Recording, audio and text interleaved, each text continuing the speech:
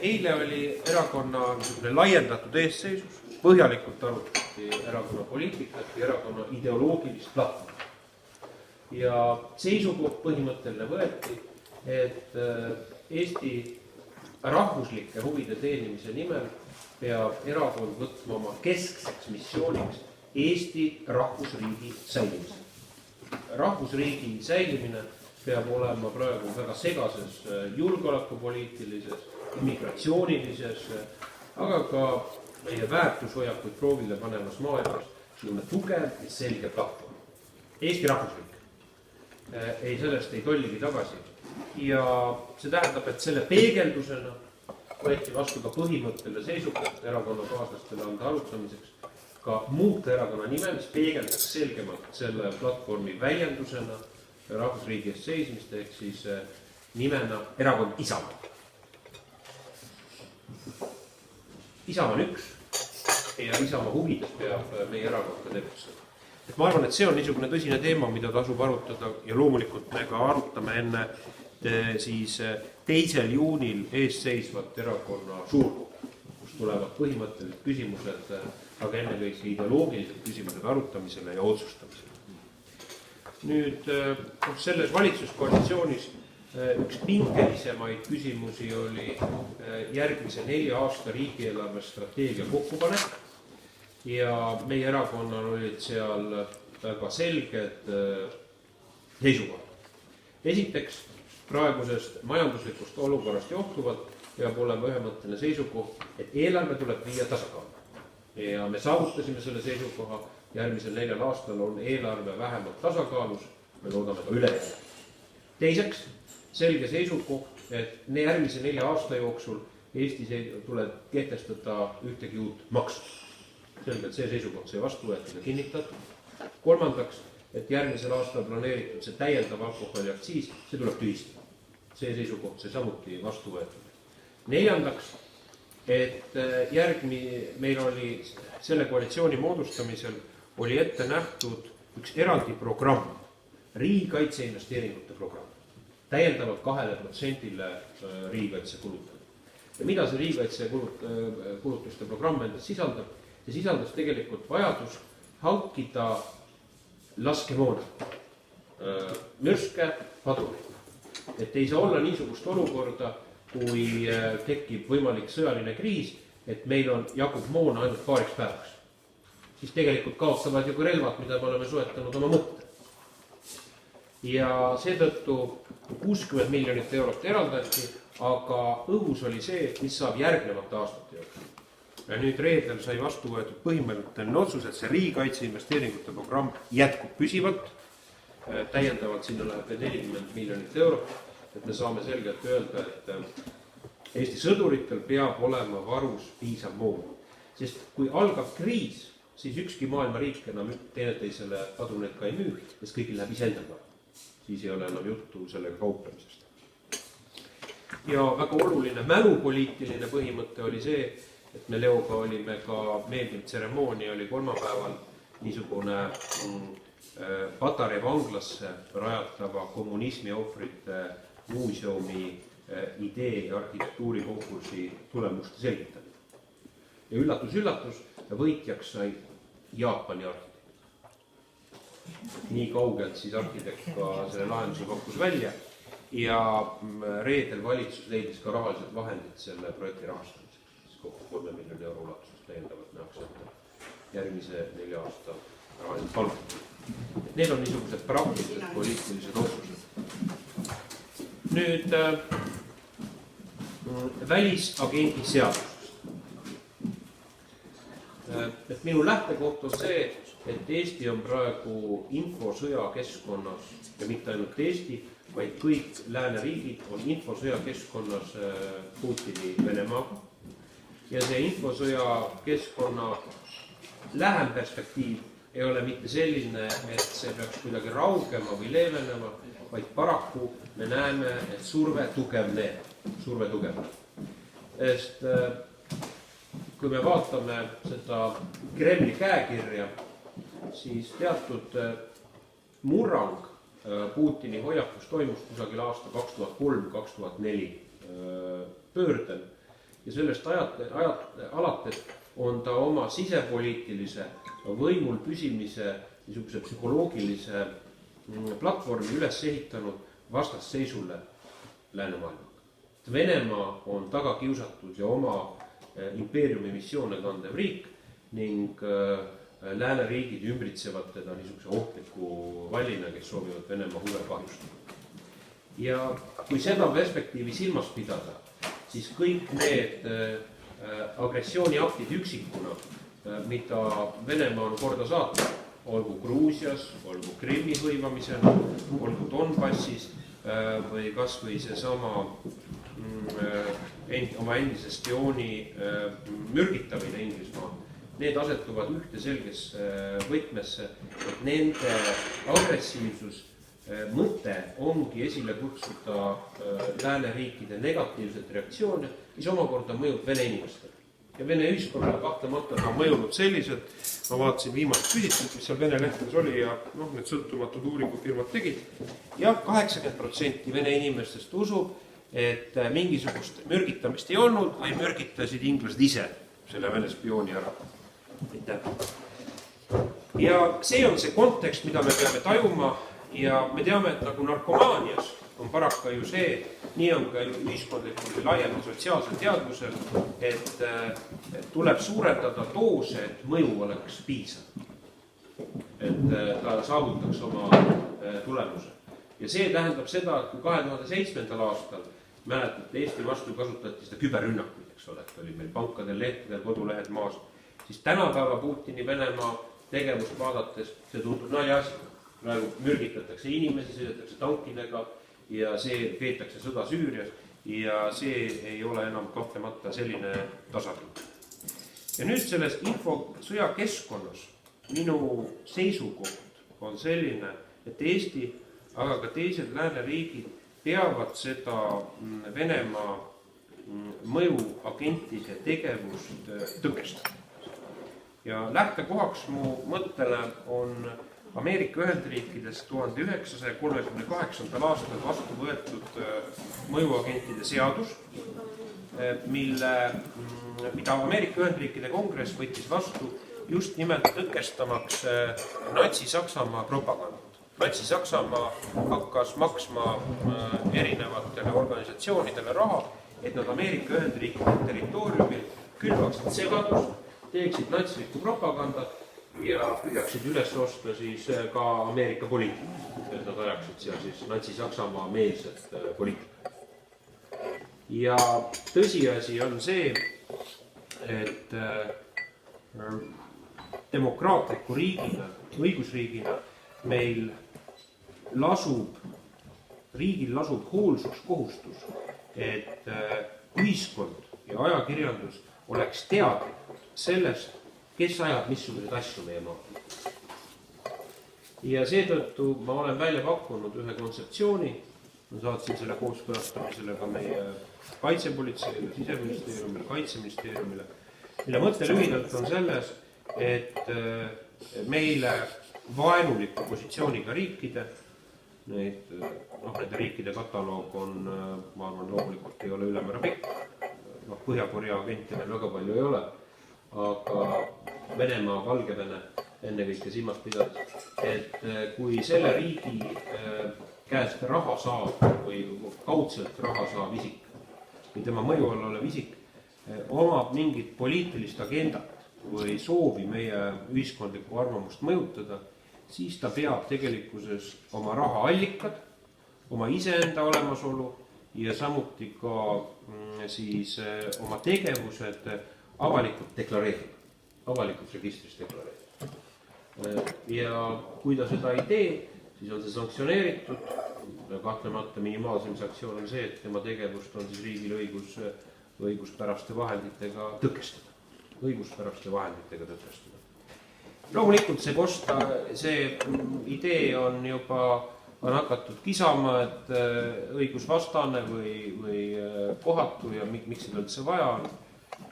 Siis ma arvan, et see lähtekoht on lihtsalt nendel inimestel, kes seda kritiseerivad, lühinägelik.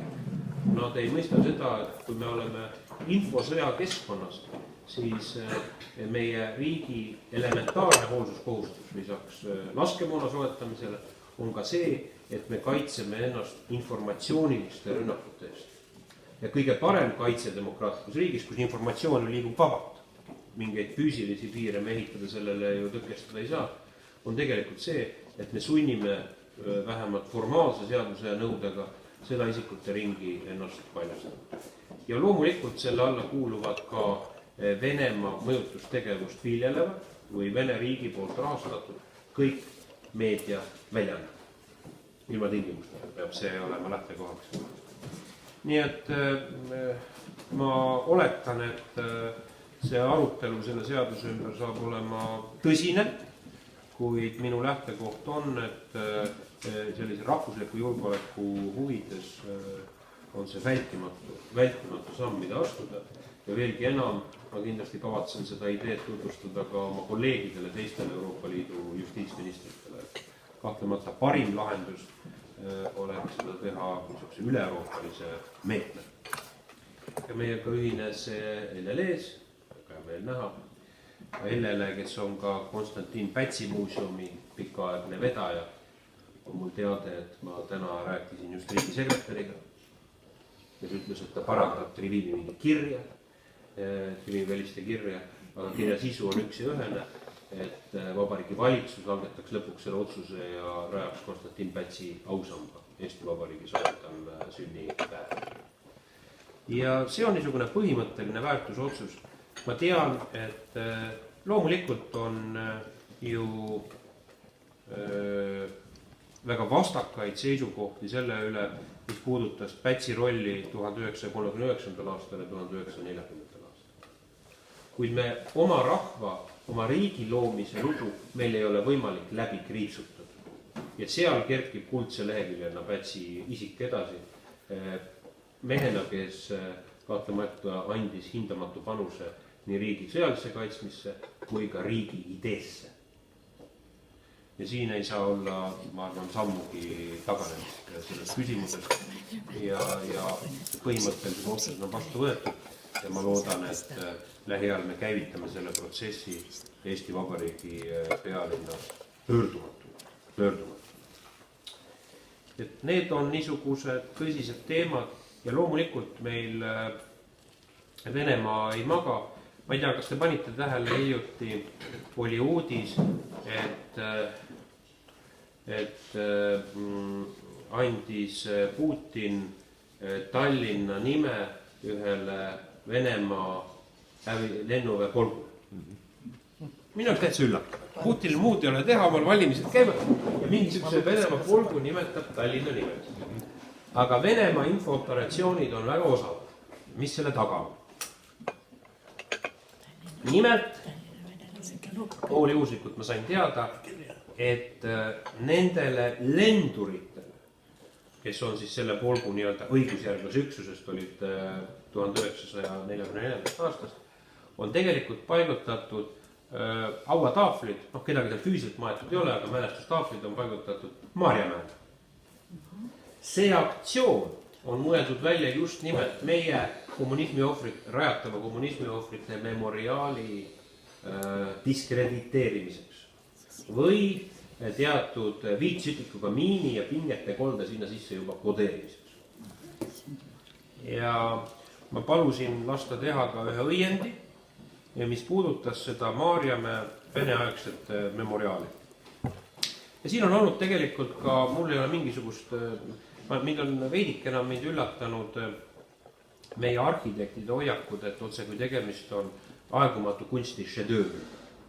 Ütleme isegi rahvusvahelisel tasemel šedöövriga. Kahtlemata ta on lagunenud, tal on oma imposantsus on, kuna ta on lihtsalt suurejooneline, eks oma mahtuda. Aga mind huvitas tegelikult see, et mis otstarbel see mille mälestamiseks see Maarjamäe veneaegne memoriaal üldse rajab. Mis te arvate? Kas see on need asjale madrused ei olnud? Merega ikka.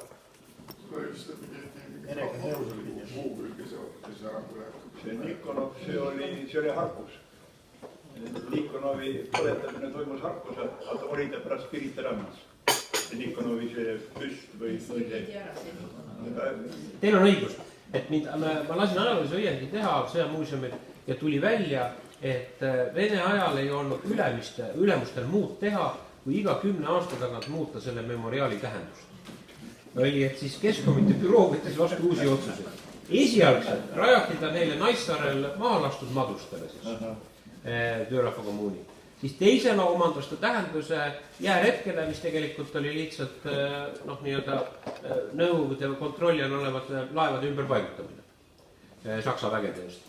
Kolmandana muutus ta siis tegelikult siis Eesti NSV loomise memoriaaliks. Tähendus kuidagi sümmeetriliselt kogu aeg laienes. Ja siis oli ta tegelikult, lõpus oli ta mõeldud suurejooneline Nõukogude võimu kehtestamise memoriaal Eestis. Väga põhimõtteline. Nii et ma tegelikult, mul mingit, kõige mõistlikum, minul mingit arhitektuurilist veendumust selle väärtuses ei ole, et mida rohkem ta oma tähenduse kaotab seal füüsiliselt, ma arvan, seda otstarbekam see võet. Aga kahtlemata on tunda, et teatud ideoloogiline konflikt selle ümber kehtib. Siin mul ei ole vähemalt. Kas ta ohtlik muutunud? On muutunud juba ja selles mõttes on ohtlik selles mõttes, et ega nüüd need sillutis ei ole ohtlik, aga seal on vaadake selline piaali moodi või selline teetassi serva moodi see serv, kus noored seal kõlutasid jalgu ja nõnda. Oht on, et see pagana serv murdub alla ja siis võib keegi surma saada, kes seal kõlkus parasjagu. Ja teine pool on see, et see obelisk ise, sealt võivad need kivitükid olla. Aga ma lasin teha ka õiendi, et mis sellega teha. Insenertehniline üks nägemus oli, et kui seda taastada, et see maksab 2 miljonit eurot. Aga taastamine minu jaoks on ideoloogilise märgiga, et me hakkame nagu veneaegset värki taastama, see jätab mulje, mis pagana asja majab, eks ole, et ütleme, et seda, kuna see on niisugused asjad on väga tundlikud asjad, eks ole, et sinna vale liigutus ja annad hoopis teise märgi, kui sa lihtsalt roomakalt ei suuda ajalooga ümber käia. Ja roomakas ajalooga ümberkäimine, ma toon teile teise näite, mis mind jahmatas eile õhtul. Ma helistasin Mihhail Lotmanile, küsisin, mis meie maal toimub. Kultuuriministeerium on kutsunud oma endised töötajad, milles ei ole halba, et endisi töötajaid ja vanu kogenud veterani kutsutakse kohvilauda, aga tähistamaks Kultuuriministeeriumi 65. aastat. Ja mul tekkis kohe huvi, et 65 aastat, see on ju 53. aasta aprill. Et mis ometi see Kultuuriministeerium, aga tõepoolest, kui Malenkov oli peaminister ja Beria ja Kaganovitš oli ja Molotov olid asepeaminister, siis selle ülemist pärast Stalini surma, et tõustada kontrolli kultuuri üle, siis moodustati eraldi ministeerium. Ehk teisisõnu see, mida Eesti Kultuuriministeerium oma ajaloolises lihtsalt teadmatuses või tunnetamatuses soovib näidata kui institutsiooni algust, mis hoolitses kultuuri eest, tähendas tegelikult ju meie rahvuskultuuri tsenseerimise uut aega. See on hoopis must lehekülg rahva kannatust ajaloos, mitte see ei ole mingisugune pidutsemise. Aga see näitab seda, et ajalool on oma niisugused riskantsed tahud. Nii et see on niisugune praegune vaatenud mul sellele välisagentide seadusele. Ja kahtlemata selles koalitsioonis tuleb ette üsnagi üllatavaid ideoloogilisi aktsioone, millega meie koalitsioonipartnerid aeg-ajalt üllatavad. Oligi üks minu nii-öelda kooskõlastamise arvamuse andmisele ongi Jevgeni Ossinovski algatatud seaduseelnõu. Rahvatervise seaduse muutmine. Ja soodustada rahvatervist. Kõlab ühtepidi väga süütult. Rahvatervise küsimus. Ja paragrahvid on kirjas, ma ei saagi aru, mis seal muudetakse. Küsin ametnik, et mis seal siis muudetakse selle rahvatervise valdkonnas. Aga võetakse ära täiendavaid bürokraatlikke nõudeid. Et see on isest arukas. Mulle tundub ka arukas bürokraatiat vähendada, seda ei ole ju, seda bürokraatiat on ju meil liias. Aga tuleb välja, et Sotsiaalministeerium, või see osa, mis Jevgeni Ossinovski kontrolli on püstitanud ideoloogilise teesi, et sugu ei ole enam bioloogiline nähtus, vaid on ideoloogiline nähtus. Ja inimene saab oma sugu muuta mitte läbi meditsiinilise protseduuri ja tõepoolest inimesi on, kellel on neid, eks ole, tõsiseid probleeme ja seda Eestis saab teha läbi teatud meditsiinilise ettekirjutuse, kus arstid ütlevad, et tõepoolest inimesel on niisuguse tõsise häired. Aga Ossinovski seisukoht on, et piisab avaldusest, kui sa tahad sugu muuta. Kirjutad avalduse ja täna oled rahvastikuregistrisse, kuna sugu iseenesest on ju tõepoolest, ega seda on ju määratletud meil rahvastikuregistris või isikukoodiga, eks ole, kes on mees, kes on naine. Ja siis oledki, lihtsalt vormistatakse dokumendid ümber ja kogu lugu. Ja seletuskirjas, on võimalik, et need inimesi on üksikuid tõepoolest, kes tahaksid seigelda, aga seletuskirjas tuli välja, terviseminister on kokku löönud, et neid inimesi meie Eestimaal on 8500, kes tahaksid oma ideoloogilise aktsioonile oma sugu muuta. Ja niisugused aktsioonid ühtepidi on ju naljakad, et koomilise iseloomuga me naerame, aga selle taga on tegelikult ikkagi laiem kontseptsioon sellest niisugusest inimese olemuse ideoloogilisest muutmisest. Ja ma arvan, et kindlasti meie erakonna ühemõtteline seisukoht on, et sellist tüüpi aktsioonidele tuleb jäigalt vastusest. Need on ühiskonnas vajadusetud ja need on ühiskonnas vastupidi ühiskonna üldist käsitlust inimesest ja traditsioonilisest toimimisest ju nõrgestavad, mitte tugevalt. Täiesti mitte vajalikud aktsioonid. Täiesti mitte vajalikud aktsioonid. Ja need on niisuguste asjadega tegeletakse. Ma imestan, et see meediasse oli tulnud. Ja ma ei ole veel oma sõimukirja Ossinovskile saanud. See oleks küll huvitav uudis. See on isegi parem, kui kuradi aabi vahele jääb. Ja niisugused... Aga kuidas sa suhtud sellise ideesse, et kaotaks ära töölepingu seaduseks, et kõik töösuhted käiksid võlajusuusel? Ma mõtle, kui hea, spiaan, kui jääb vahele, on meele, võtab taskust välja, ütleb, ei, mina ei ole see, ma olen naine. See ei ole lihtsalt võimalik, niisugune asi, ei ole bioloogiline. Evi tegi, see on hea nali, mis Evi tegi, aga tegelikult, ma vastan kohe teisele küsimusele ka, aga Ameerikas muidu juhtus. Ma arvan, et ta nimi oli Manning, ma arvan, et ta oli Oscar Manning, oli tegelikult üks segane Ameerika allohvitser, seersant, kes siis, ma arvan, et ta tegutses seal Obama ajal, kui Obama oli president, andis hulga Ameerika sõjasaladusi välja. Mingitel ideoloogilistel kaalutlustel, Vene agent, ma arvan, ta ei olnud, ta oli lihtsalt oma väärastanud hoiakuga, ta arvas, et ta siis võitleb tõe ja õiguse eest sellega. Aga tõepoolest, vanglas olles ta lasi teha soovvahetusoperatsiooni. Et vangi läks ta mehena ja mis iganes kaalutlustel, siis Obama andis talle armu oma viimastel ametipäevadel, aga vanglast välja tuli juba naisena. Pildid olid, ja ma pean tunnistama, naisena nägi ta siis kenam välja. Ta oli kiirakas ja ta oli niimoodi see mehena, aga tuli välja ja hoopis teistmoodi. Aga niisugused maailma kummalised hoiakud. Ma arvan, et iseenesest see, et töölepingu seaduse ära kaotamine ega seal ju suurt olemuslikku vahet ei ole, et miks ta tegelikkuses on ju loomulikult see lepinguline suhe, mis on võlaõiguslepingus ju paika pandud, aga ennekõike ametiühingute ja töövõtjate siis esindusorganisatsioonide huvidest lähtudes see traditsiooniline, nagu ka Vene ajal oli see töölepingu seadus säilis, et ma kujutan ette, et ma arvan, need töösuhted on meil enam-vähem ühiskonnas tasakaalus, et neid radikaalselt tühistada, et peab olema töövõtjatel oma õigused, tööandjatel oma õigused, et ma arvan, et see tasakaalu olemuslikult paigast nipatele paigast, aga see, et ta eraldi seadusena on, et ma arvan, et see on ideoloogiline kompromiss, mis toona ühiskonnas tehti, ma arvan, kusagil 90-te keskel. Niisugune teema. See on lihtsalt debati teemaks, mis toimus TTÜ-s mõni päev tagasi, kus osales Swedbanka peadirektor ja siis TTÜ rektor ja siis Vemane tegelikult, siis see oli selline... Ma arvan, Aaviksel toetas seda. Jaa, Aaviksel toetas just.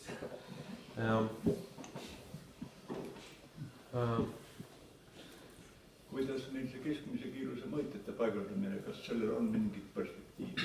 Täna hommikul ma kuulasin seda. Ma pean tunnistama, et mul hakkas see miskimest vastu. Vot sellest kuidagi, tähendab, kui keegi ei tea, milles see probleem, küsimus oli, täna meil on need robotid, kes mõõdavad kiirust. Ja ma pean tunnistama, et millest omal ajal tehti 10 aastat tagasi, siis mul oli miski hakkas mul ka tõrkuma selles.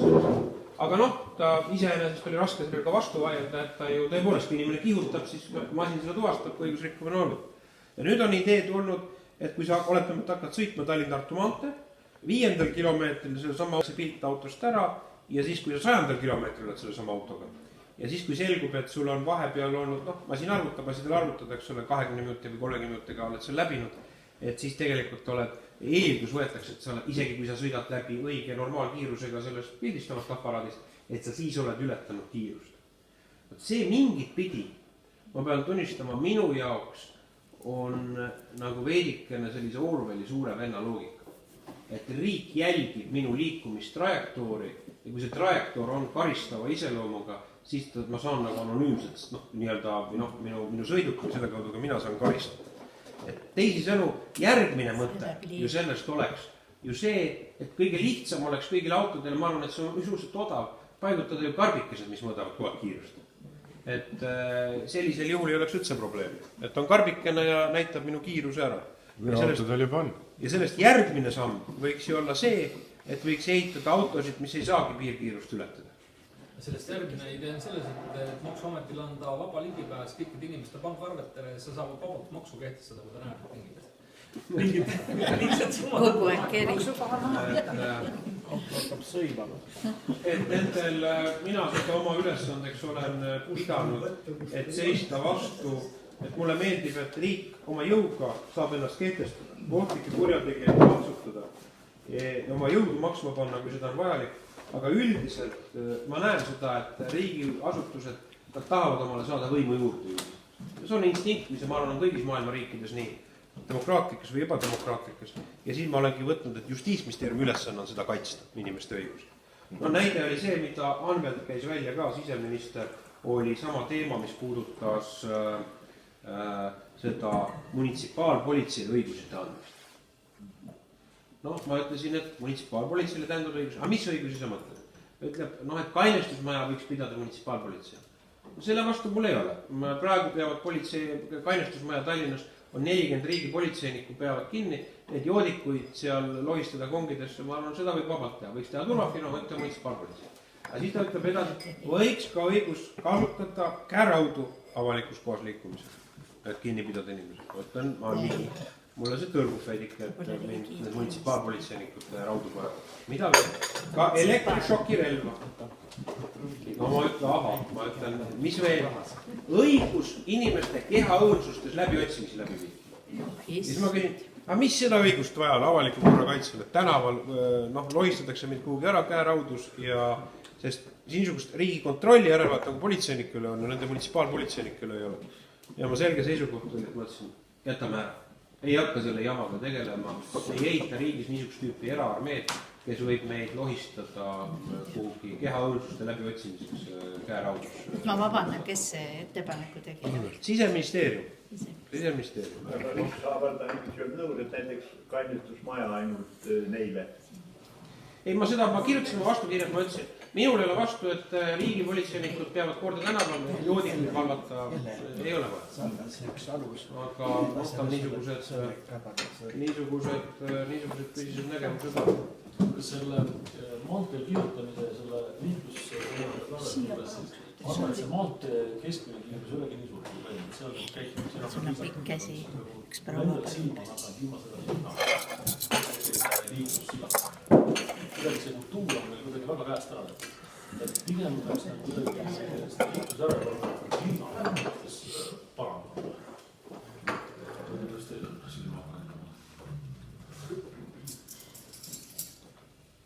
Võib-olla kevad teeb seda inimestega, mis te arvate? Kevadil on need loomad on tegelikult ju energiat täis, tulevad ussid tulevad, päevitavad, metsaloomad, karu ärkab üles. Karu jah, aga pool aastat maganud kurina. Aga meie ei ole vakanud. Võib-olla see mõjub ka inimestele ülemeelikult. Ma arvan, oma loogika selles on. Ja meestel on ka testosteroon. ega tegelikult kõik on aru saada, selles mõttes nagu loominimene. Kitsaki hüppab seederile. on sunnitud nõustuda ka sellest, et tegelikult ongi karistamatustunne, ükskõik mis sigaduse sa linna vahel korda saadad, kui palju sa mööda bussirada sõidad, tegelikult keegi seda ei kontrolli. no osades kohtades minu meelest on nende bussiradadega muidugi ülepinnud. No, ei, see on teine teema. Ma pean eriti tunnistama, liiklus võib lõpmatus rääkida, eks ole, see on alati kõik huvitav ja lõpmatus kõige seisukoht. Vene ajal oli, miks see ringliiklus oli populaarne, kuna see oli ohutu teema. Liikluse üle sai ka kiruda ja sõimata, ka võimu näiliselt, aga see oli väga ohutu teema. Et miks on valesti planeeritud mingid ristmikud võisid siunata, aga see ei kandunud üle, et sa annad nõukogude võimu suhtes ideoloogilise hoiaku. See oli see, mäletan, see Karemla saade oli väga huvitav. Ja see oli väga vähe. Ja see oli nii neutraalne teema. Liikluse kirumisest kedagi istuma ei pannud, isegi Stalin teadnud. Et see Narva maanteel on tõesti muudetud, on tekitatud ummikud, kus tegelikult ummikukeskkonda survet ei olegi, on lihtsalt loodud autod üks sõida. Et nüüd tuleb, ma saan aru muidugi, mis see on järgmine või ülejärgmine aasta tuleb, võib-olla Urmas on kursis lähemalt, tuleb ju, et see Viru lähedalt suletakse üldse see Viru tänava juurest ja Viru hotelli ümber, see tehakse kõik ju ja Pärnu tänav, eks ole, jalakäijate tsooniks. See saab niisugune põnev aktsioon olema. See on tore, et see vastuhakuks relvastus ja kõik on olemas, aga kuhu see peita, sest kui see on ühes kohas ja need teavad, kus see on, panevad sinna paugu ära asi korras jätta. No selle pauguga ma vaatasin just, et on olemas üks aatompommi plahvatuse simulaator. Ja eelmine nädal mul tuli niisugune mõte pähe, asetasin selle aatompommi, võtsin maailma kõige suurem aatompomm on vesinikupomm, tsaarpomm, leiutanud Andrei Sahal, kes mäletab. Ja selle võimsus on, maksimaalne teoreetiline võimsus on 100 megatonni. Ja siis ma panin selle sinna punkti, kus ma ise istusin ühendministeerium.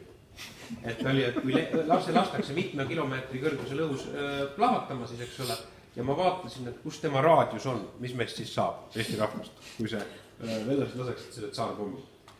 Ja tuli välja, et 3. astme põletushaavad jõuaksid Paideni. Tegelikult, et ta kusagil 100 kilomeetrine raadius oleks ja sisuliselt aknad puruneksid ja inimesed saaksid põletada ka Helsingis. Et iseenesest see raadius on, et kui nii mõtled, on ikkagi meie elu äärmiselt habras. Et üks pomm ja Eesti rahvast sisuliselt enamikku füüsiliselt ei ole. Sa küsid, kus need laskemoon panna, kuhu inimesed panna, see asi on ju ka veel ikkagi lahendamata. See on tõsine teema, vabandust, ma alustasin nüüd veidikene, küll väga traagilise noodiga, aga ütleme, kõneleda sellest, et nende varudega, jah, loomulikult on ju, eks need asukohad on ju salastatud ja need püütakse jagada üle riigi territooriumi, aga selge on ju see, et kui vastane hakkab andma siin väga võimsa tulelööki annab, siis ta loomulikult väga palju laseb ju puruks. Siin ei ole vältimatutki kahtlust. Ma vaatasin ühte külma sõjaaegset kaarti, kus olid tähistatud siis Ameerika Ühendriikide aatompommi sihtmärgid Eesti NSV territooriumil. Ja kokku olid neid, ameeriklased olid üldiselt humanistlikud.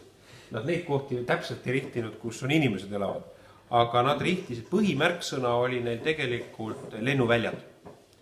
Et 2 aatompommi oleks pidanud kukkuma Tallinna lähedale. Üks oleks läinud, eks ole, Ülemiste lennuväli, teine oleks läinud siis sinna Keila-Joale. Siis oleks Ämari, Saaremaale, Pärnu lähedale, sõjaväe lennuväli, Viljandi lähedal ja loomulikult Tartu lähedal. Et kusagil, ma vaatasin, lugesin ära, et neid punkte, mis oli tähistatud, oli kusagil 15 aatompommi. Oli Eesti NSV territooriumile.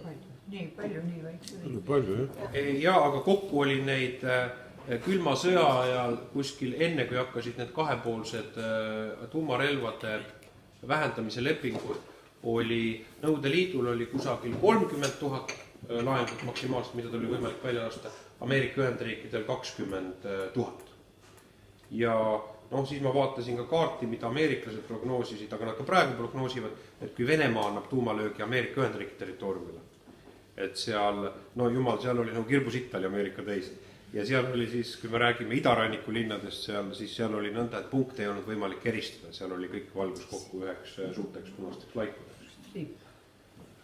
Ja tegelikult, kui kõneleda, praegu on need tuumaarsenalid on vähenenud, Venemaa hindab, neil on kusagil 7000 tuumalaengut Ühendriikidel, siis veidikene vähem, 6000 jagu.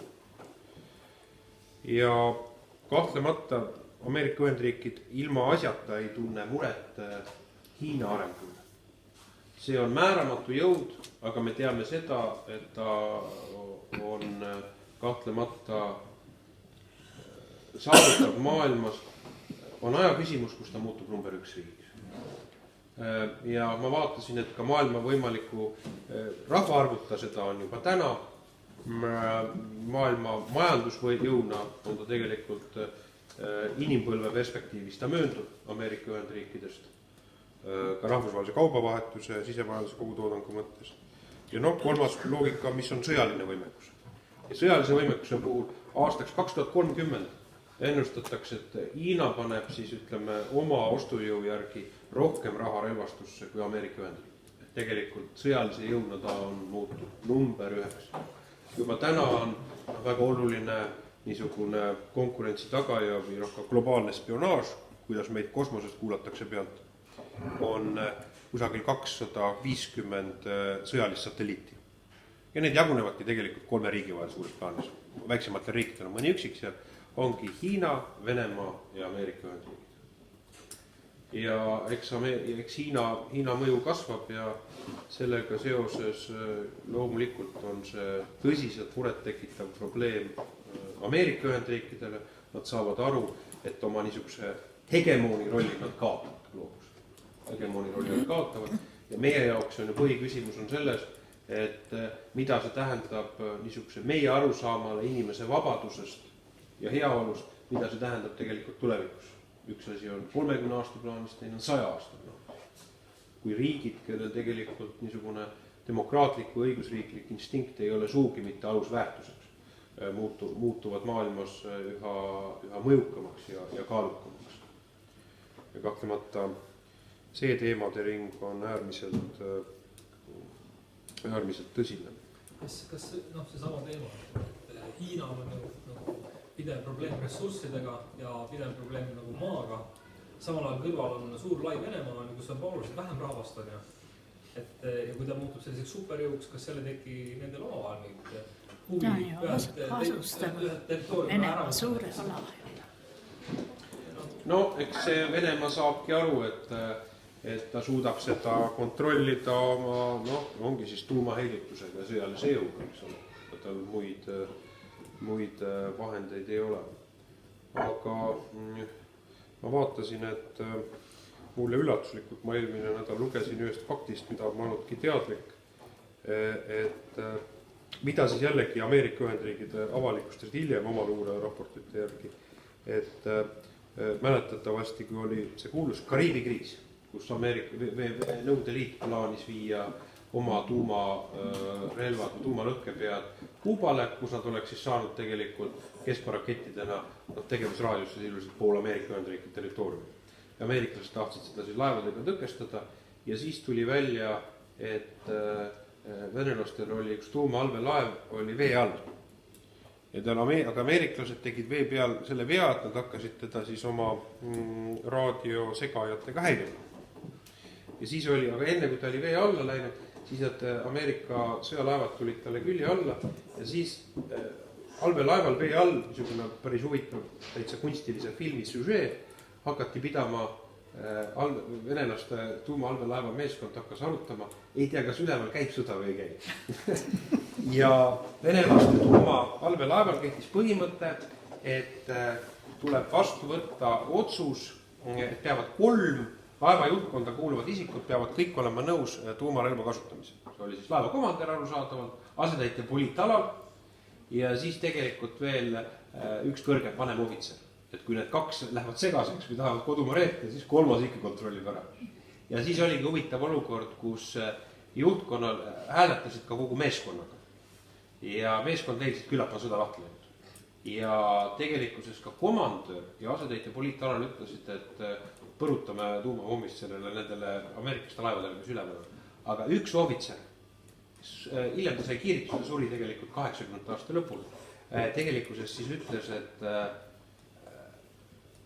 ei andnud luba. Ja ta ei andnud luba ja käsuvõim toimis siis tegelikkuses, et selles dramaatikas nagu oli. Seda on hiljem arutatud ja ameeriklased arvasid, et kuna see oli veidike irratsionaalne käitumine, mis neil allveelaeva meeskonnal oli, niisugused hääletused ja niisugused dramaatikas, aga arvati, et kuna neil oli ka hapnikuvaegus, siis see tegelikult aju-verevarustust häiris ja inimesed ei käitunud enam ka relevantselt selles olukorras. Ja see oleks võinud maksta pehmelt öeldes suurt segadust. Ja tõsine teine teema, kus inimkond või kahtlemata ka meie oma 14 sihtmärgiga seisime, viimane oli, kus me seisime tuumakriisi lävel, oli 83. aastal, kus siis NATO otsustas läbi viia oma ühe tuumaõppuse ja paigutas siis oma raketid polügoonidele ja tegi need laskeavad lahti, aga Nõukogude Liidu prognoos oli see, et NATO on alustanud sõda või sõjalist ettevalmistust. Ja siis oli jällegi sekundid, kus siis sisuliselt minutid, kus siis langetati otsus, kus siis õnneks tänu Nõukogude spioonidele ameeriklased said seda teada ja panid oma luugid kindlasti kiiresti kinni. Aga sisuliselt oli valmidus Nõukogude Liidu poolt siis ennetav löök anda. Ja mis tegelikult ju kogu see tuumatasakaalu teooria põhines ju ikkagi sellel, et kumbki ülivõim on suuteline purustama teise niivõrd, et ta ei ole suuteline, et ta ei tasu ära sõda alustada ise. Ja selleks oli väga oluline ja kahtlemata siiamaani on oluline, et mandri peal sa võid lasta vastase ju puruks. Lihtsalt tuumakiiritusega ja lööklainega sa suudad hävitada. Ja sellepärast oligi külma sõja ajal oli tegelikult ameeriklastel kolmandik oma strateegilisi pommituslennukeid oli kogu aeg õhus ja lendas tuumarelvadega. Mis selle mõte oli? Mõte oli väga lihtne. Kui venelased hakkavad lennuvälja, hakkavad pommitama tuumarelvadega, et siis osad lennukid on õhus ja need saavad ikka virutada venelastele vastuses. Et neid, kuna õhusta lennukeid tabada, see lööklaine on keeruline hakata need pommitama, et kuhu nad siis parasjagu hakkavad seal ümber paiknema. Ja teine pool tegelikkuses ja loomulikult oli sellepärast Nõukogude Liidul oli väga meeldis tuumaallveelaevad, kuna need said ujuda ju üle terve planeedi laiali, eks ole. Ja siis tulevad veepinnale ja saavad oma tuumalöögi anda. Ja jääveres olid ka. Ja tegelikkuses nende selle tuumatasakaalu mõttes oli üks põhimõte, mida loeti, et see tuumatasakaalu reegel nihkub paigast, kui ühel riigil tekib tegelikult kaitsekilp, kui ta on võimalik ennast kaitsma ja teda ei ole teisel võimalik purustada, siis eeldati, et see on üks eeldus, et see võib välja viia sõjale. Sellepärast Venemaa on väga närviline selle üle, et Ameerika Ühendriigid oma retoorikas ehitades Iraani vastu kaitsetõkket paigutavad, eks ole, oma siis raketikilpi Ida-Euroopa riikide territooriumile. Kahtlemata siis Venemaa oma retoorikas on nüüd oma raketikaitsesüsteemid või õhutõrjesüsteemid paigutanud siis oma laevadel Süüria vetesse, kus ta kiitles, et ta laseb ameeriklaste raketid välja. Et tegelikult külma sõja perspektiivis õige on see, et eks need lääneriigid ja Nõukogude Liit said ju kokku ka kolmandates riikides, kui Vene sõdurid võitlesid siis teise riigi mundrites. Nagu juhtus Vietnami sõjas, kus olid Nõukogude lendurid Korea sõjas, või ka kas või meil siin aga nüüd olukorras, kus niisugune võimalik konflikt, kus Ameerika Ühendriikide ja Vene raketid võivad kohtuda, see kahtlemata on äärmiselt pingeline praegu maailmas. Väga pingeline olukord. et on maailma tuumateadlased on koostanud ühe tuumakella, et piltlikult öeldes kellal on 12 tundi, numbri osutused nagu tavalisel kellal, et mitme minuti kaugusel me oleme tuumasõjast. Kariibi kriisi ajal me olime 2,5 minuti kaugusel nende loogikal, nad on hinnanud seda 50 aastat. Ja praegu nad on pannud sinna kellale 2 minutit. 2 minutit. Et niisugused äärmiselt tõsised globaalsed tendentsid. Kas Põhja-Korea on maha rahunenud? Ei, vastupidi. Põhja-Korea rahustas maha läänemaailma. Ja millega? Mäletate, oli siin uudistes käis ju läbi ka, kus, kas see oli Hawaii, oli, kus kogemalt anti õppehäire ja kus siis inimesed jooksid varjenditesse. Põhja-Korea tegeles aktiivselt oma tuumaprogrammiga. Kõigepealt ta tegeles sellega, et töötada välja kaugele lendavad raketid. Raadiusega kusagil 8000 kilomeetrit. Need raketid jõuavad Tallinnani, need jõuavad ka teiselt poolt ookeani, siis Ameerika Ühendriikide territooriumile. Nad ei ole täpsed, aga ega neil väga täpsust ei olegi. Neil ei ole vahetada siis, eks ole, Berliinis või Kölnis maandub suures plaanis. Ja teine on see, et neil õnnestus ka tegelikult tuumarelv valmis saada eelmise aasta sügisel. Nii et neil täna on kusagil 6-70 tuumarelvaga raketti, mida nad saavad tegelikult tulistada sisuliselt maakera teise otsa. 8000, kus tõmmata see raadius. Ja see tegelikult tähendab seda, et olukord on muutunud. Kus mõneti, kui mäletad, see pinge oli väga kõrge, eks ole, kus tegelikult enne, kui neil see relv oli tekkinud, kus Ameerika Ühendriigid, lääneriigid väga tugevalt need püüdsid nii-öelda invasiivselt survestada ja Korea oli heitlikum. Nüüd ma arvan, et on saabunud mõneti uus tasakaalupunkt. Ja see uus tasakaalupunkt on see, et Korea teab, ma arvan, õigusega teab, et kõik läänemaailma riigid peavad neid peast segastaks. Vaatad sellele Korea ülemusele pildi pealt silma, hakkad naerma, eks ole, ole normaalne inimene. Mis ta oli oma tädi onusidus lasi raketiga puruks ja mis täpne ta on teinud. Et selline, järelikult ta võib need raketid ka välja lasta. Ja nüüd tema määramatus selliste relvadega on kahtlemata, taltsutab lääneriiki kõige parem. Lääneriigid kahtlemata mingit sõjalist aktsiooni tema vastu praegu alustada, mõjuks ju meeletusena, mida võiks kaasa tuua. Loomulikult see Põhja-Korea režiim aga see tooks kaasa süütutel inimestel väga palju kannatusi, et keegi ei hakka niisugusi eksperimente läbi viima. Lõuna-Korea ka aitas kaasa sellel rahustamisega. No see rahustamine on tekkinud selle loogikaga, et me teame, et on üks niisugune peast segane režiim, kes võib lihtsalt teha miljonid inimesi ära tappa, et kahtlemata pehmelt öeldes Lõuna-Korea inimesed, ma kujutan ette, ei tunne ennast ülemäära, ei vaimustu sellest olukorrast loomulikult. Aga Ameerika Ühendriigid, täpselt samamoodi nagu NATO, nad on andnud välja ju selles Aasia basseinis 2 riigile indulgentsid. Et Ameerika Ühendriigid kogu oma sõjalise võimekusega, kui konflikt peaks tabama Lõuna-Koread või Jaapanit kaitsevad neid ja on valmis siis täiemahuliseks sõjaliseks operatsiooniks. Ja selle poolest on muidugi praegu olukord nendes maailma erinevates nurkades pingete esile kruvimisega meie jaoks kahtepidi on muret tekitav päeva lõpuks Ameerika Ühendriikide nii-öelda supersõjalise võimekusega, aga suuremahulisi sõdu jaksab üks riik pidada ikkagi teatud piiratud arvel. Et on Ühendriikide käsitlus on, nad jaksavad kusagil 2 suurt sõda, niisuguse, mitte nüüd maailmasõda, aga keskmise suurusega sõda, mida ta korraldab. Rohkemaks enam jõudu ikkagi jaguda. Aga mis on saanud veneaegsetest maa-alustest lennuväljadest ja neist inimeste jaoks mõeldud kah maa-alustest? Varjenditest. See küsimus oli ka tegelikult puutus inimest. On need korras või on need kõik? Muidugi on nad lagunenud, sest maa-aluseid lennuväljasid oli ju väga palju.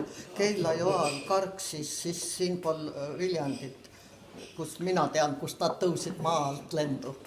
Nüüd on tegelikult, see valitsus võttis vastu tegelikult oma otsuse, et me peame looma ka elanikkonna kaitse ehk veneaegse mõistega tsiviilkaitsekava ja selle üks element on ette nähtud varjendid, teine element on ette nähtud, me peame tagama ikkagi toiduainete varud, medikamentide varud, otsus on neid varude mahtu pikendada ja loomulikult kuidas neid nüüd õnnestub ja eks ta hakkab nagu algusest peale siis selle kasutusele võtmine, et eks ta tegelikkuses on ju selge, et ma ise mäletan. Üks suur variant on siin Tartu maanteel oli, mis oli ministeeriumide jaoks mõeldud. Toompea jaoks ja see peaks ju täitsa korras olema, vaevalt, et see ära lõhutada. Need kõik on tegelikult maha jäetud kulu. Kõik on puruks tehtud, jah. Kahju. Ma käisin, see näitas. Siis meil rahvast ei ole kuhugi panna, kui mingi asi tuleb. Ei ole kellelgi kuhugi pääsu. Kus, mis? No, see on nagu hardimaja. Ütleme, nüüd me räägime juba väga, ma viisin väga apokalüptilistele militaarstele teemadele. Ma ei tea, kuidas juhtus agendiseaduse alustada. Arutame siin üks kirjutada. No, mis on tegelikult on ju põhiline küsimus on ikkagi põletuslaine, kui me räägime nüüd tuumarelvast. Ja selle põletuslainega on tõesti siseruumides. Mõistlik oli siseruumidest akendest eemal. Aga nüüd, kui me räägime, et tavaliste konventsionaalsete pommidega pommitamine, ega siis seda anname endale aru otse tabamuse eest, kui ei ole eraldi, ütleme siis struktuurselt seda keldri osa kindlustatud, see maja ei päästa. Paraku, et olgu ta paneelmaja või ammugi veel tavaline väike elamu, sellega nagu pääsu ei ole, siis kildude eest. Aga ja neid eraldi struktuurselt siis alumised osad ja keldri osad, neid ehitatud viimase 30 aastaga, neid ei ole üldse silmas peetudki projekteerimisel. Veneaegstel majadel osadel oli, eks ole, mis ta oli, aga paneelmajadest kindlasti ju ka ei olnud, et need õppused, mis ju Vene ajal korraldati, olidki mõeldud pigem siis selle tuumarelva mõttes. Aga jah, see ülesanne ka elanikkonna kaitseliselt on kindlasti oluline. Ja need oleks saanud ju kõik ilusti ära kasutada, kui oleks õigel ajal võetud. Jah, täitsa nõus. Ma käisin iseenesest, oli väga huvitav objekt, on sinna täitsa, ma ei tea, Kire vald, ma arvan, et seda laseb sisse, kunagi vallamehed mulle näitasid. Kosel asus ju Eesti NSV juhtkonna varjend. Ma ei tea, kas keegi on käinud. Ja sissekäik oli Tartu maantelt kohe. Ja sissekäik oli tegelikult, nad olid piisavalt nagu kavalpead või küünikud. Tegelikult kõigepealt ehitati varjend ja varjendi peal ehitati koolimaja. Ja koolimaja ülesanne oli tehniline kutsekool sinna. Koolimaja ülesanne oli, et siis ei juleta pommitada, et koolimaja, eks ole, siis äkki tõrjub tagasi. Ja siis seal ma vaatasin, oli kohutavas lademes Lenini teos. Oli ta nuputas vett ka, aga iseenesest omaette põnev objekt. Ma küsiks teisiti ja see hoopis teine teema. See Ameerika Ühendriikides need presidenti. Öelge, miks see meie presidenti tiitis oma ja millised poliitilise paradiga ta seal üldse tuli tagasi. Ta tuli president, ta on pehmelt öeldes kummaline hüüdimine. Ma arvan, et kuidas hüüdnimed üldse elus kujunevad välja, eks need hüüdnimed kujunevad välja ju tegelikult ju mingi karakteerse omaduse järgi või välimuslikult, eks ole.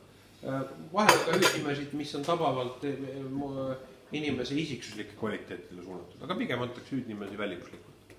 Ma arvan, et ju ta siis oli Läti ja Leedu presidentiga võrreldes rohkem tüdruku moodi. Et ma arvan, et see, ma ei tea, kas ta nüüd, see oli selles ühes sketši saates, mis toodi ära, eks ole, seda ju keegi ametis. Ja see oli rohkem Ameerika, siis pilasaate hüüdnimi ja ju ta siis mõjus, ütleme, oma välimuselt mitte klassikaliselt presidentlikult.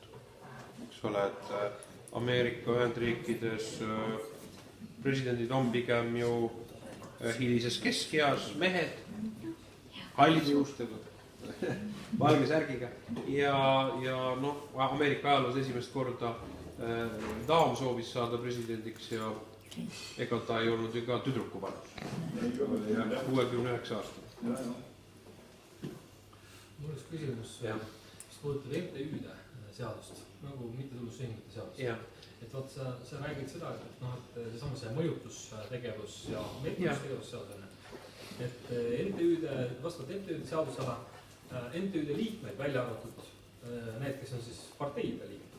Parteide nagu liikmed on ju. Need ei panda kuskile ühtegi mingisugusesse andmebaasi. Ehk siis tegelikult, et teada saada, kes on MTÜ-de liikmed, sa pead selle sama MTÜ käest küsima. Sul ei olegi muud varianti. Et neid ei panda registrisse kirja.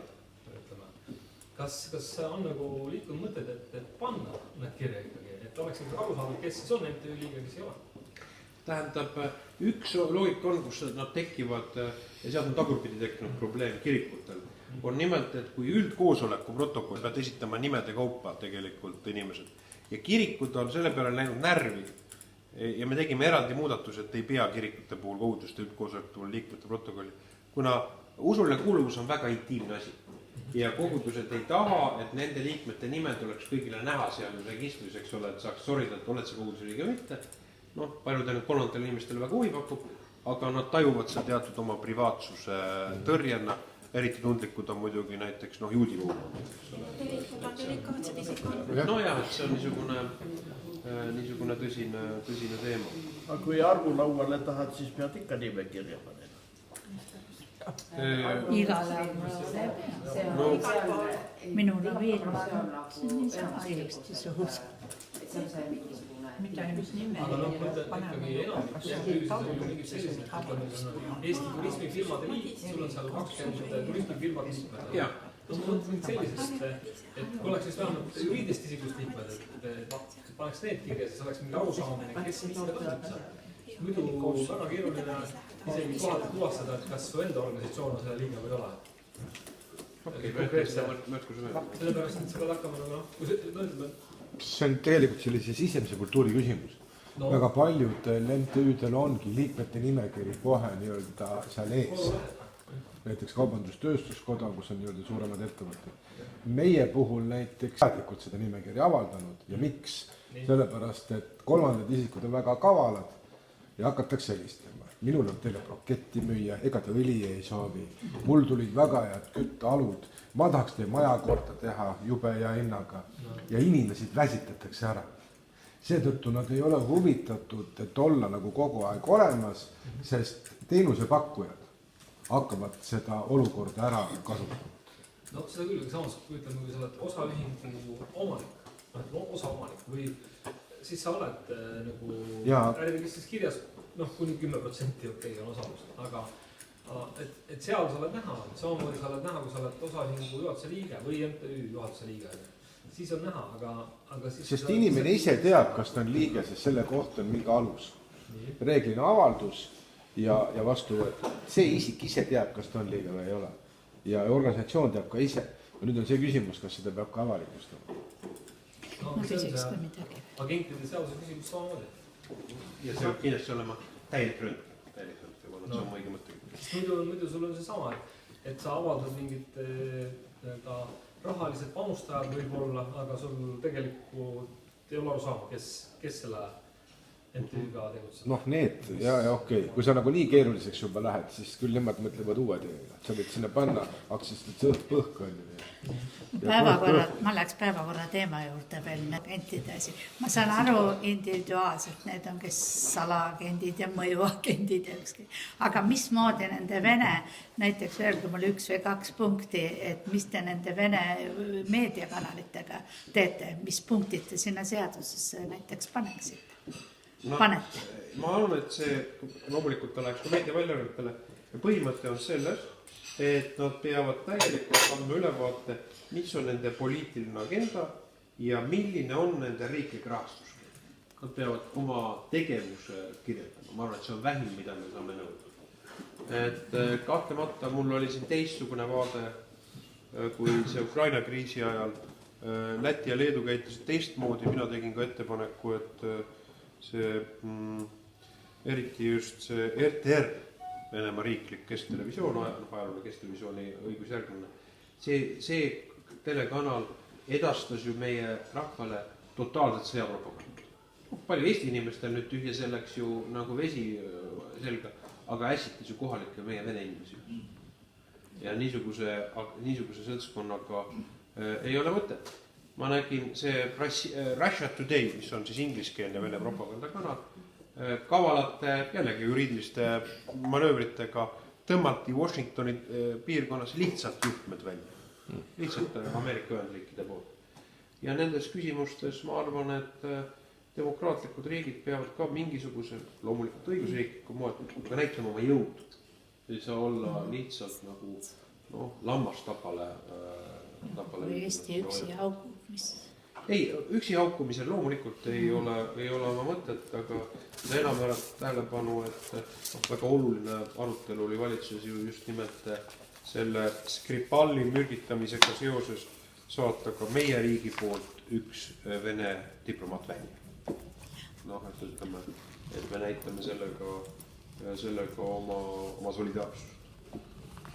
Ja kindlasti siin ei saa kuidagi pidi nõus olla nende Keskerakonna poliitikutega, kes siin elavaid venelasi jätkuvalt ässitavad või keeravad üles Putini meelselt.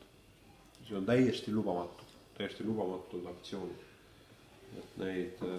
Mul ei ole ühtegi pretensioone formaalselt Ratasele kui valitsusjuhile, ta on jäigalt kahtlemata poliitiliselt korrektselt käitunud, aga kahtlemata see suur tegemata jätmine on, et ta ei ole kahtlemata ju loomulikult partei poliitilistel kaalutlustel kas suutmatusest või tahtmatusest kutsunud korrale neid, ennekõike oma Vene poliitikuid, kes siis me räägime Toomi, me räägime siin see Kõlvart, eks ole. Need askeldavad siin ja ma vaatasin, just oli siin nädalavahetusel mis oli ülemaailmne Vene etteütlus. Timo Pilan oled laed. Jah, see oli ju väga selge ideoloogiline operatsioon, mille eesmärk, mille varjatud, aga küllap Vene inimesed paljud said aru sellest ühemõtteliselt, oli näidata selle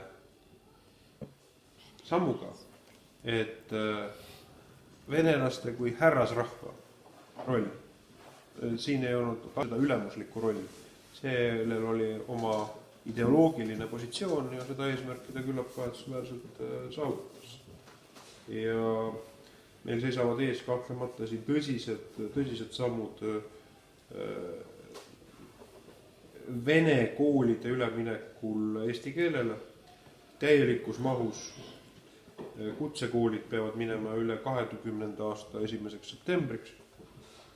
Tõsiasi on see, et ega ma muud alternatiivi ei näe praegu, me peame tegelikkuses kogu riigi gümnaasiumivõrgu riigistama. Selle kaudu on võimalik minna eesti õppekeelele üle. Ja loomulikult kolmas samm on tegelikult põhi- ja lasteaiahariduse asi. Reedel valitsus leppis ka kokku, et eraldada raha, et siis venekeelsete lasteaedade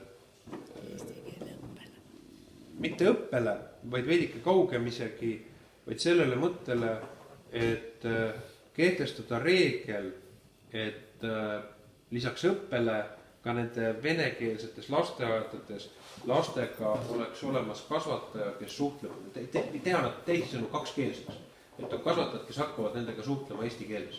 Täna seda ei ole, ega see Ida-Virumaal vene lasteaed, seal ei oska ju need laste kasvatajadki eesti keeles, eks ole, mis seal rääkida. Aga mõte on, et meie mõte oli just nimelt see, et edestmõistetavalt, ma arvan, et isegi sõltumata millistest parteidest valitsus, aga eriti ka praeguses valitsuses, meil ei ole võimalik kehtestada poliitilist loosungit, et me lihtsalt ütleme, et need lasteajad on eesti keelsed. See on poliitiliselt, see ei ole realistlik, aga selle tegeliku tulemuse saavutamisega me loome vähemalt juurde, et need oleksid nagu efektiivselt kakskeelsed. Et need lapsed saavad siis ühe keelelise kontakti. Ja ma pean mäletama, ise te mäletate ju ka, ma mäletan, et ega väga õrnas ja varases eas lapsed omandavad ju keelerütmi. Mul oli ise, ma mäletan, ma olin seal ka, enne esimest klassi oli kõrval Paradlas, oli ka Mustamäel, oli vene poiss oli. Aga ma läksin ka täitsa Ludimäel, see vene keel. Aga muidugi iski kool läks uus sinna. Nii juhtub. Katsume, et nad siis ei uust eesti keel. Aga need on niisugused teised sammud ka, mida loomulikult tuleb astuda. me oleme Lätist juba maas ja me ei ole ju saanud. Lätis ma pean tunnistama, koolides ei ole õpetajaid, kes on eesti keelt õpetanud, kuigi oli 60%. Lätis on sügisel seimi valimised, et ma uurisin ka seda, et ta on efektne loosungina, aga ega tegelikult Lätis neil mingisugune, pigem on see niisugune poliitiline võitlus, maailmavaatel, ideoloogiline, ega mingit agendat, kuidas seda teha ei ole. Teised kirjutasid seadust sisse, et viiakse üle, kuidas see tegelikult juhtuma hakkab, ma arvan, eks ta siis sõltub, kuidas nad seda teevad, hakkavad tegema või lükkavad edasi. Aga kahtlemata ta on teatud määral, annab meile ka enesekindlust sellega edasi liikuda. Et keegi on teinud, see on nagu 80 aasta lõpul, kui oli ju vabanemise tee, et üks aasta ühe sammu, teine jälle jõugustas teise sammu vastuma. Aga kui palju on ilmunud televiisorisse välisfilme kõik venekeelse tõlkega? ETV-s või? Mitte ETV, vaid on nii palju kanaleid, kanaleid tekkinud, mis on venekeelse tõlkega. Venekeelse tõlkega? Huvitav, mul nagu ei ole. Terve rida on, kus on eestikeelne tõlge. Mina jätsin mulle teatamata, et nad on mulle pannakse kas venekeelne või eestikeelne, aga nad on staarid. Osades asjades saab ka vahetada seda keelt, ise valida. Te muidu piinlete selle vene keelega, vahetage ära.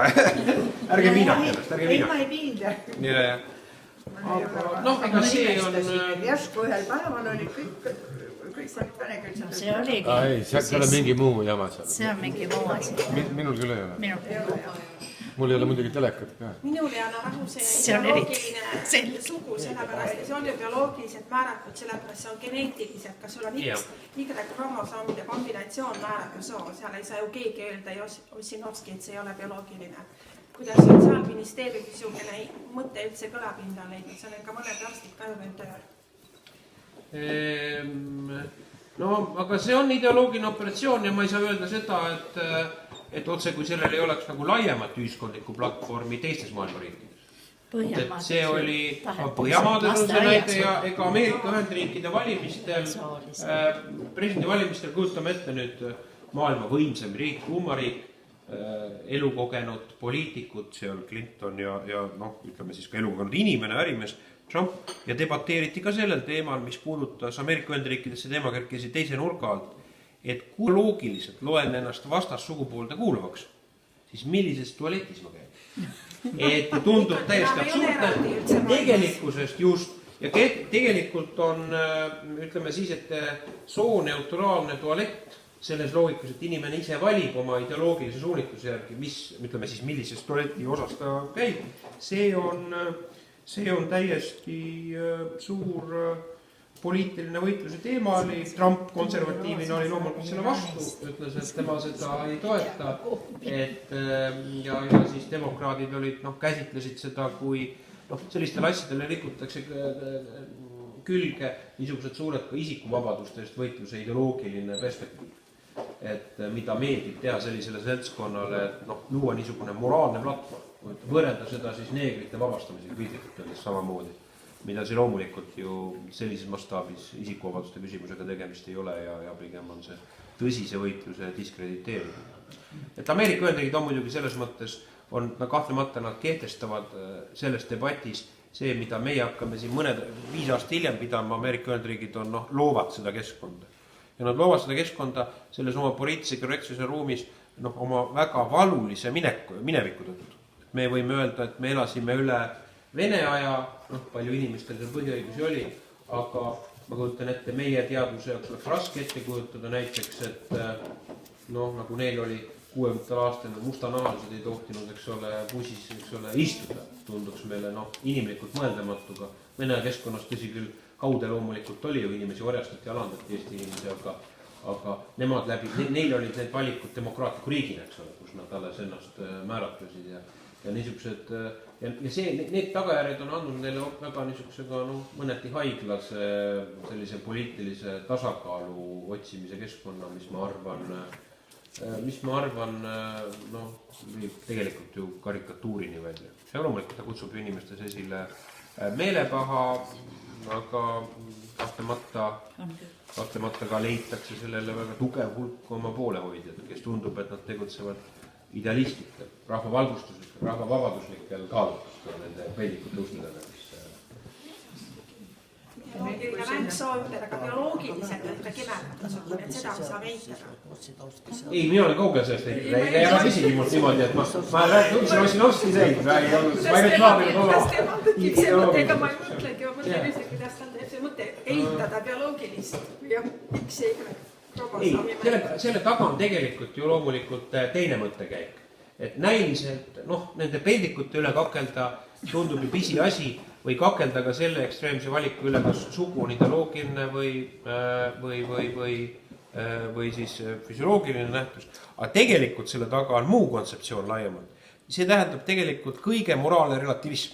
Kui me ütleme, et kõik võib olla isiku valiku küsimus, siis tähendab, et moraalseid kategooriaid ühiskonnas, mis puudutab ka näiteks naudinguid või moraalseid valikuid, eraeluliselt, et neid ühiskonnal ei ole õigust moraalseid põhimõtteid kehtestada või nendest järgida. Kõik on lubatud. Kõik on suhteline. See, mis täna välja arvatud see, mis kutsub esile siis füüsilisi kannatusi, ma ei tea, mis on kellegi kehalise puutumatusega. Aga see näitab ja küsimus taandub sellele, et kas niisugune moraal ühiskonnas väärtusena on olemas või on see ka fiktsioon ja väljamõeldis. Aga ma arvan, et me lagundame tegelikult ühiskonna ära, kui me ütleme ühiskonnas moraali ei ole. Kõik on lubatud. Või vastupidi, mida me anname edasi oma lastele või lapselastele, et pigem võib viia niisuguse Sodom ja Gomorra. Need on sümbolid, aga need on ka ajalooline loogika, kuhu võib viia tegelikult lihtsalt kõike lubatavus. Moraalitus. Ja siis arvatakse, et see vabastab inimese. Et ühtepidi tundub mõnus. Et mul ei ole mingeid kohustusi. Ma võin elada nagu liblikas oksa peal. Aga siis saabub ju sügis. Et sama, ma olen tegelikult mõelnud ühe tõsise valusa probleemi ühiskondlikult, mida me ühiskonnana ei ole käsitlenud ikkagi nagu avameelselt ja ausalt õiges perspektiivis. Ja see on üks valus probleem, miks tegelikult ikkagi pered purgavad. Ja see küsimus kuidagi sellest moraalsest kohusetundest, mis kui sa, ja kõigepealt on see kohusetunne, et sa langetad oma valiku pere loomiseks ikkagi teadlikult. Ja siis on küsimus see, aga siis lasub ka sinul vastutus seda hoida. Ma vaatan, kui kergekäeliselt, me teame, see kõik juhtub, inimesed juhtuvad ja ma ei taha olla üheski juhtumis kohtunik. Kellegi üle ei ole õigust olla üksikus juhtumis kohtunik. Aga see ühiskonna hoiak tegelikult sellele peaks olema, et sul on mingisugune kohustus sellesse panustada. Et see kohustus, mis on nagu, mitte asjata ei öelda, olgu inimesed uskunud mitte, ega Eesti rahvas üldiselt on usuleige rahvas, on ikkagi, et siin maa peal seda suhet enam ei lahutatud. Ma pean seda omavahel ütlema, ega mulle ei meeldinud see inimlikult, kui demonstratiivselt endine president Ilves ronis juba 3. korda 10 aasta jooksul abielludes nagu noor peiupoiss kirikus. Ma ei tea, mis kirik õpetaja oli, kes seda siis nii õnnelikult laulatus, aga minul hakkas veidike midagi selle vastu, selle eeskuju loogikas. Kui su suhe viib lahku, kõigi inimestega võib seda juhtuda, et lõpevad ära tunded või tegelikult tuleb keegi, kes on kallim südamele. Aga kui sa oled riigi president ja siis sa annad tegelikult niisugust eeskuju, et sa ütled, et nagu 10 aasta jooksul 3. niisugune nii-öelda pretendeerib selle püsisuhtele, siis ma arvan, et ta ei ole ühiskonnale õige signaal, mida antud. Et üks asi on see, et mis välja näib, teine asi on, mida inimesed ise elavad. Ja see sama kohusetunde pingutamine, et see muudab meid, minu meelest ta muudab enesmõistetavat, ta muudab lapsi kaitsetumad, aga ta tegelikult röövib ära ka ju neilt selle läheduse sellelt mehelt ja naiselt, et liiga kerge on see. Aga mis see tulemus on? Aga tulemus ongi see sama moraalne relativism, mida öeldakse. Kõik on lubatud. Sinu enda naudingute nimel võid sa kõike teha. Küll ühiskond maksab neid, pärast aitab neid elatise raha maksta, küll see kõik on moraalselt õigustatud. Sul ei ole kaasinimeste eest moraalset kohusetunnet, sa võid juurtetult vabalt ühest lokaalist sisse teisest välja rullida. No, selles ongi. Naiste osa on muutunud väga peale tungivaks meestele. minu ajal ei olnud niisugust asja, vanaema õpetas, kuidas viisakalt käituda noormeestega ja olla, aga praegusel ajal lähed kuskile Hollywoodi klubisse, ma seal Viru, ma ei tea, mis nimi seal on nüüd, käisin ja ma ehmatasin ära, mis toimub, mismoodi tüdrukud paari kaupa seal, üks mees ostab neile jooke, joovad selle ära, siis vaatavad, pole suurem asi, lähevad juba järgmise 10 sammu edasi seda reilingut mööda ja jälle uus ja kellega kus ja mismoodi. No mina leian, et see käitumine on praegu muutunud igal juhul teistsuguseks tunduvalt. Ega ma võin lohutada, et selles mõttes, et üks asi on, mis välja paistab, aga ega moraalne, ütleme nii, et kui inimesel ei ole enam neid moraalseid või kogukondlikke kõidikuid, siis ta käitub erinevatel paikadel. Oli hulgaliselt ka Pariisis prantsuse tüdrukuid, kes saksa sõduritele viskusid kaela ja said titad ja kõik muu ja pahandus oli, et igal ajal on oma, ega siis inimene on ikka inimene. Küsimus on nii palju, aga kui palju on neid tal toeks olevaid institutsioone, ma ei mõtle siin mitte mingil riiki või võimu, vaid nagu fenomene, mis teda toetab.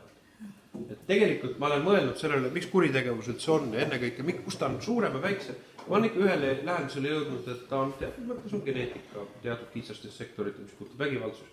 Aga üldiselt ikkagi on see juurtetuse küsimus. Et külakogukonnas kujutasime ette, eks ole, ühest talus sündisid ja seal sa pidid ka surema. Ega sul väga ei olnud võimalik seal ööklubis käia seal külas keskajal või tegelikult ei olnud sul võimalik ka, ütleme, väga kurjategija olla, sest olid sul oma isa ja ema seal kogu elu läbi, sul olid sul oma lapsed, sul olid sul oma sugulased, oma lähedased, see kogukond otsid kontrolli. See, kui ta on, tänapäeval on see tegelikult võib-olla väga ahistav ja objektiivselt ahistav, eks ole, tänapäeva inimese privaatsuste soovi järgi. Aga selge on see, et mida vähem neid juuri on, sellepärast ongi selle migrantidega me näeme, et kuritegevus on suurem ja mitte see, et oleks olemas halvad inimesed, vaid need sotsiaalsed kõidikud lihtsalt lõdvenevad. Alles te ju rääkisite, et kui mitme tunni peale on see aatomikell sätitud, siis on kogu inimkond ju arvab, et milleks see moraal, milleks see bioloogiline sugu. Aga mina tahan küsida, kui palju see summa on nüüd, mille eest kinni pannakse, kui varastad? Sest minu vastas majast pandi moosipurgi pärast 200 vist, palju see on? See on, kolmekesi käisid keldris. 200 või 192 on vist on. Või midagi 200 ringis. Jah, aga mis ei tähenda seda, et lihtsalt, et kui on alla selle, siis on väärtegu. Siis on umbes nagu kiirus ületamine trahvina. Aga et moosipurgi pärast ongi. Jaa, 3 poissi käisid paaris keldris ja varastasid moosi. Üks asi, mis on läinud käest ära. Või tütar, laps. Koolides on liiga vabadus õpilastele ja õpetajatele ei ole üldse mingeid õigusi. Ma täna just lugesin, silmad käisid üle kuskilt, kus õpetajale mindi käsitsi kallale ja andi tooliga pähe. No mis selle peale öelda? Nii ikka ei tohiks olla, et õpetaja ei tohi mitte mingisugust... Ei, nüüd on ju jälle uuesti, võib ju asju revideerida portfeli. Keeruline teema. Ma olen 100% jagan seda hoiakut ja see inimlikult mõjub jälgilt, see on umbes sama nagu oma vanemate vastu käe tõstmine. Aga kuidas seda tohterdada? Haridusministeerium pakkus välja ühe lahenduse, et lugeda korrakaitseseaduse tähenduses koolid korrakaitseasutusteks ja öelda, et võivad õpetajad rakendada siis seda sundi. Ma mõtlesin sellele ja ma väga tõsiselt, see ütleme, kaitsta õpetajaid tuleb ja anda neile autoriteeti 100%. Aga kui sa seda teed nagu liiga lihtsustatud, võid sa anda väga rumala tulemuse saavutada. Sest autoriteet põhineb tegelikult ju mingi psühholoogilise eeldusel, et sa suudad oma võimu kehtestada. Ma kujutan ette ühte 8-aastast jutsi, distsiplineerida on väga lihtne, sa tõstad ta lihtsalt õhku ja siis ta siputab seal, aga ega ta kallale sulle ka ohtlik, ta on keeruline. Aga kui sul on juba 19-aastane, ABE-s vastas, eks ole, siis see naiste rahvas nüüd õpetaja peab, et teda seal korrale kutsuma, ma arvan, et see lõpeb, võib lõpeda väga kurvalt või koomiliselt, eks ole. Et järelikult siin loomulikult tuleb anda neid õigusi juurde ja seda tuleb teha ikkagi, et siin asub ka oma vastutus ka politsei. Et tegelikult ma olen mõelnud viimasel ajal, et ma magab ka ise koolides, on midagi ebanormaalset minu jaoks ikkagi. Et 12 aastat on, ma arvan, liiga pikk aeg keskkoolis. 11 oli ikka vanasti päris oli normaalne. 11 ja see tekkis tegelikult 12 oli, mäletate, see eesti ja venekeelest oli erinev, eks ole. Aga 12 ma vaatan tänapäeval noored mehed ja naised, nad võiks olla 19-aastased, oma autoga tulevad, sõidavad kooli ette. Neil on selle pisikeste juttudega piinlik olla, ma oletan, võib-olla on piinlik, võib-olla ei ole, aga ebaloogiline. Nad võiksid olla vabalt ülikoolis või tööd teha või midagi muud, et see kuidagi on nagu kunstlik, niisuguse lapsepõlve pikendamine. 11 on ikka minu meelest kõige edasi küll ei tohiks rohkem enam olla. Ma olen siin vahepeal vanasti oli vene kool, oli 10 klassi ja Eesti oma oli 11. Aga nüüd on 12-11. Kõigi, kes küsid, võib-olla te teate, see on Kaia Iva valdkonda kuuluv, et kas meil läks see ülikool läks ju staaži hulka. Kas nüüd uues pensioniseaduses ei lähe, jah? Aga kas see on õige? Peame või? Aga mõtlesin, ma võime pensionireformi ma mõtlesin, et see jutt on muidu, mis seal räägitakse. Me rääkisime jumal tuumapommidest ja millest nüüd. Pensionireform on ju see, millest peaks olla. Ei, kõige hullem, hooldekodud on kõige tähtsam. 2. juuni, jah. Aga kus kohas? Ma võidi ebale, ma ei tea ruumi. Ma ei tea, aga küllap seda hakkaks teada. Mina küsin, et selle erakond Isamaa, selle akronüüm on EI. Et lühivorm on erakond Isamaa EI. Et seal tekkis selline hinge kinnipidamise koht. Isamaa on Isamaa kõigi. Erakond, sellest keegi ei lõpeta. Ma ei saanud aru. Niisugune keeleteadlasele keele. Ei. Enne sõda, kas te Isamaa liiti ei olnud? Jaa, enne sõda oli Isamaa liit. See on lühend nii peale. Aga ega sõnal ei eesti keeles ei ole ka, ega ei ole paha sõna. Jah ja ei olgu sinu sõna, ütleb pealkiri. Et ega siis sõna ei maksa ka karta. Liiga palju on lubatud nii mõnele. Tuleb ka vahel ei öelda. Ma nüüd tegan meeldib. Ma pole seda mõelnud. Liita lõi ettepildi, et ei naljaväljad ikka ja näete, kui nokkiste välja nokivad ka teised. Ma ei teagi isegi, mis partei nimega võiks muustada sõna jaasid. Aga üldiselt enamik on nagu selle poolt, kus te juba arutasite selle nime poolt. Jaa, nime küsimus on ju alati erinevaid arvamusi. Erinevaid arvamusi, aga ma arvan enamikku toetusid ka. Aga kus kohast see ei tule, ma ei saanud aru. erakond Isamaa. Ma mõtlesin poeetilisemalt. kuidagi nagu karuteeni teinud, et iga riigil on omad sõjafilmid ja muu sellised, tegelikult aga tänapäev noor, neid ei leia YouTube. Ma tahan veel sigaks eraldi rääkida. Enne kui ma tulen, oodake mind ka. Kui ma näiteks nüüd Eesti noor või Vene noor tahaks vaadata ideaalset filmi 1904, siis tegelikult ei näe seda. Aga samas võtame lahti mingi Vene sõjafilmid, sest terve rida tuleb igasugused, igas eri ajastus, mis iganes sa soovid. Kas ma nagu ei oleks nagu selle lahingu kuidagi ette ära kaotanud, eks ole, et äkki peaks midagi valitsust nagu seda, ma ei teaks, siis need õigused ära ostama, et saaks need noored nagu vaadata ka YouTube'ist neid asju, et nii-öelda seda ongi, et... Ma arvan, et see on hea osundus, kui ma jätan selle tõsiselt meelde. Ma arvan, et selle... Ma ei oska. Meil on oma tugev. Kas teile ei meeldis, jah? Ma arvan.